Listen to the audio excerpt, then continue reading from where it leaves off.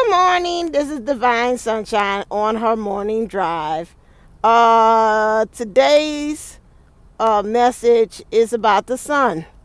I opened up the sunroof today so I can get in the sun. I was looking at YouTube and the little timeline that they had there, and they talked about, I think her name is Awakening Twin.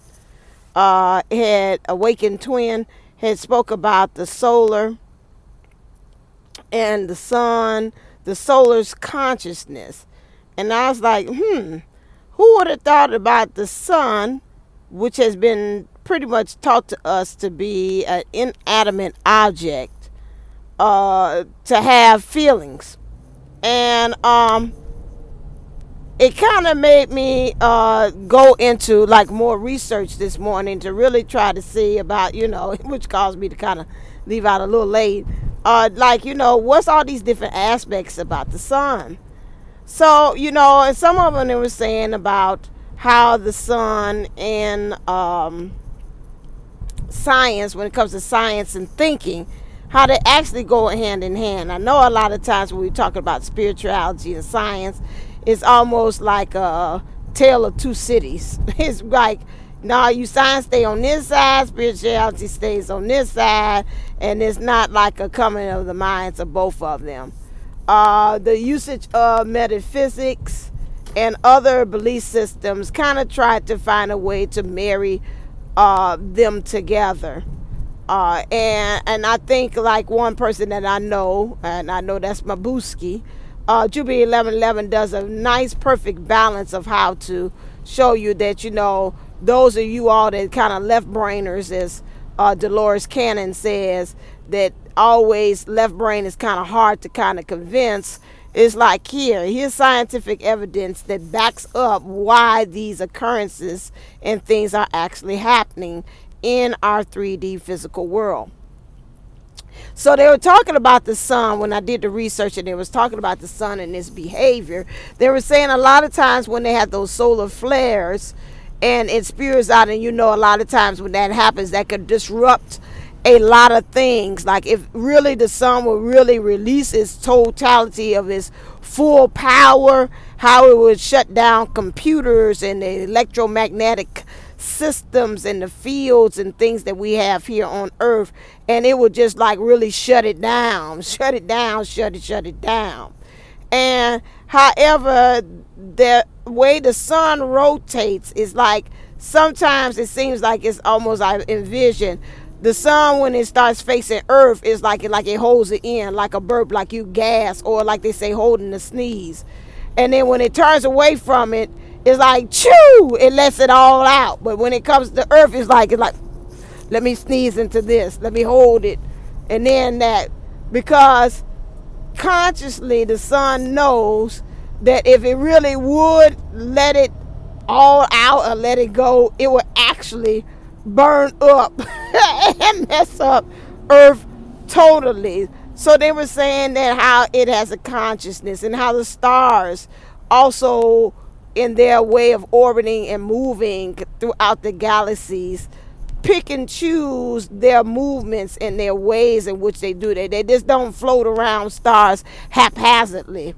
They actually have a map or a mindset as to where they actually want to kind of go, which is interesting. And then I think about also, I watched a Native American video, and they were talking about how a lot of in Native American culture that they already know, that they believe that everything has a consciousness. The tree has a consciousness, the bird has a consciousness, the sky, the earth, the grass, and how they're always so very conscious of thanking and being respectful of everything living and non-living. I always remember when I was small, I used to bump into chairs and I would say, "Ooh, excuse me." My mom was like, "What is you telling the chair, excuse me?" At a young age, I understood that no matter, even if it was an inanimate object, it still had life or a force behind it, because again, if we think scientifically, for it to be solid matter, it's still made of atoms, it's still made of particles that move in a more faster rate in order for it to be able to have that solid. Just like liquids and air has more of that opening in between and a looseness, and liquid has more of a slow moving, and it takes form and shape to the actual container that it has, and that's how it's able to take shape and to become that whichever it's in. So how everything that we can see scientifically has a balance and understanding, 142, okay, balance and understanding, love you too, of how we have our being, and we can take lessons from the sun. Right now in the classroom, I am teaching the kids about Aesop fables, and I know this week, today and tomorrow, I'm going to introduce to I send love and light to you. I'm going to introduce to the kids how they can make their own fables. You know, fables were created in order to tell a story and give a reasoning why certain things actually happen in our environment or in the physical. So you might have one that talked about also a myths, also talk about or folklores. We'll talk about the sun and how the sun came about and had this shine as bright. And they had one of them, they were talking about the sun and the wind and how they were having a competition with each other. And at the end of the story, it said it's better to, I talked about that too, it's better to to persuade somebody to do something gently rather than to do it by force. And we have to go back to think about the sun. So going back to the sun understanding, and I watched also someone of an Indian background, and they were talking about the sun and how, is consciously, back to the Native American too. Let me retract back again. They was talking about how the sun helps us, feeds us energetically, psychically. It goes into, he named a part of the brain, and I cannot remember it at this time. They helped the pineal gland, right, the third eye, which would be represented the third eye, and it helps to be able to create this self-awareness. And through our consciousness, our intuition, and our awareness of that. And they were saying also in all the videos that they were saying a lot of time when the sun has those spikes and those things that actually happen with the solar flares, how it affects us mentally. Some of us, you could tell, like if you are a person that watch astronomy and how you're doing with the things that's going on in the environment, dealing with the sun and the moon, and how it affects us mentally. Sometimes when the sun spikes, we have more of downloads. We have also people that act more mentally off the grid instead of saying what's going on with them. So more mental issues, or it brings more out of you than that had occurred before. So if you already were gentle, you'll be gentle. If you're already emotional, you'll be more emotional. If you're already forceful, you'll be more forceful. If you're more inconsistent and don't know and confused, you'll be more inconsistent and more confused with some of that. So it brings out those things. Now those aspects with the sun, what they're saying, the solar conscious or the sun consciousness happening right now with all that activity is helping to bring out some things. So we got the moon, the full moon, that's bringing out your intuition and your awareness about some things that fix. And then you got the sun. So you got a double energies from the elements that are working with you to kind of really clear up this stuff that I'm talking about for this year, to create this newness that's actually going to occur this year, especially with the divine feminine. This is your year emotionally.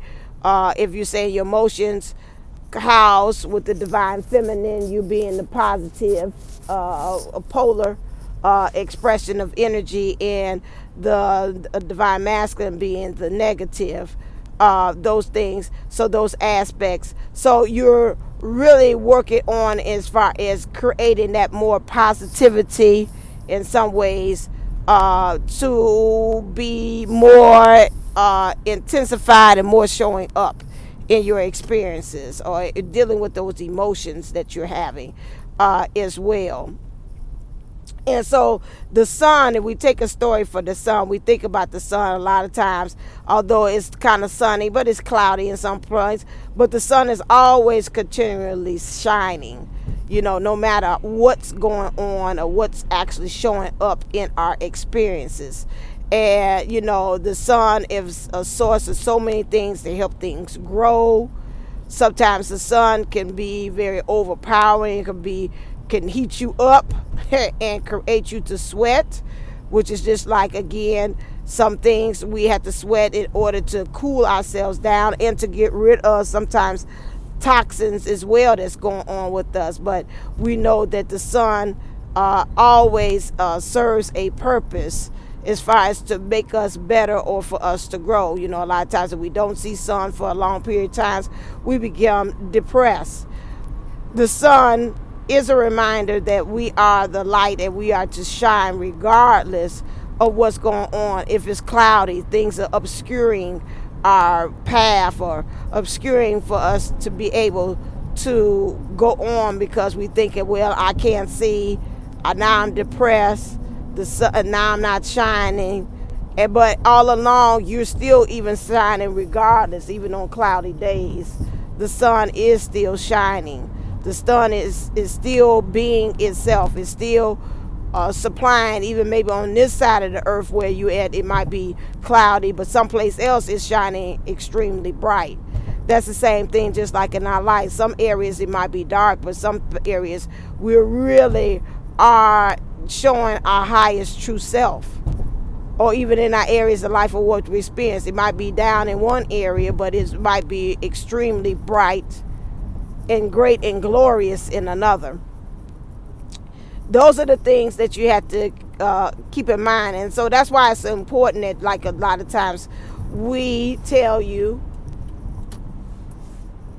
advisors, spiritual advisors, coach, whatever, that get out there in the sun, because again, that's to go out there to remind you as to who you are. So just like today, I put the sunroof back so the sun could surely shine, because a lot of times even my divine masculine, my guy, he always drive. I mean, it don't matter if it's night, morning, or whatever. He still got the daggone sunroof back. I'm like, what you catching? I'm in my mind, I'm thinking, you catching the sun and the moon. So, hey, I take a lesson from them. And that's the same thing, just like with you all that may be in that separation period. We have to remember, advisors, and I know we're on here and we're listening, that just like me in the classroom, we have to remember that we have various levels, like in the classroom, of people learning. And although I had this morning, I seen on my video about the DM a nasty comment that was pretty much left, that they try to mask it as I'm trying to help you, which was not, because I could tap into them to tell that it was something else that was kind of like mentally going on with them. Because when I went to go check, I said, well, let me kind of check where you coming from, if you're a credible source for me to believe in. And I'm looking at them and looking at things that they're posting, and I'm like, interesting. So again, not passing no judgment or shade. I got my sunglasses on. But we have to remember also the source of these things. Now, I'm not going to discredit and let go of a lot of what was said, because my mom trained me enough to know, even in those comments, there is a kernel of truth. What did I walk away learning from that person and what they had said is that I got to remind myself again, and I said it and I retracted on my own statement, which my bestie even had reminded me. And I say, people have to remind me that I remember that I'm channeling. It's not like me sending the message, but at the same time, she reminded me. She said, okay, you were commenting something about my hair. She said, okay, now didn't you say on your channel about saying, oh, this old thing of my hair is old and all that stuff? You say just to accept it. Okay, now you retracting on your own statement. And we have those human moments. We have to remember we are a spiritual being having human experience, or whichever way you want to chop it, those things. But also knowing that I had said on this thing to remember, and I had warned the other ones, remember again, that we have different levels. We got some new ones coming in. We got some old ones that's on this walk. And a lot of times, I don't know, it made me kind of think, I said, well, maybe I need to kind of like separate some of these messages. So say giving birth to something. So maybe I need to give birth because I see my birthday. And I need to take action on that thought.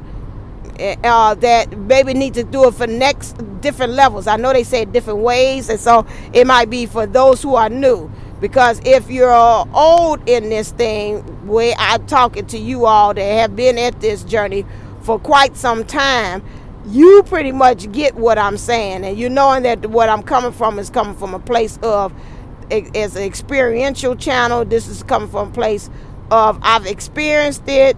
I've been through all the different walks. I'm not coming from a place that I'm downing the divine masculine. I say I'm an advocate, but I also know both sides of the coin, their good side, their bad side, just like I know with the divine feminine, their good side and their bad side.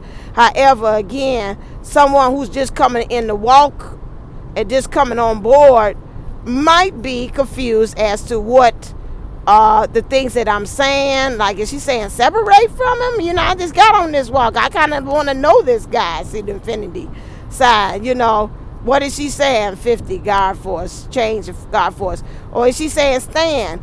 See, I am like a teacher. I understand that each one of the twin flames, you all are on different walks.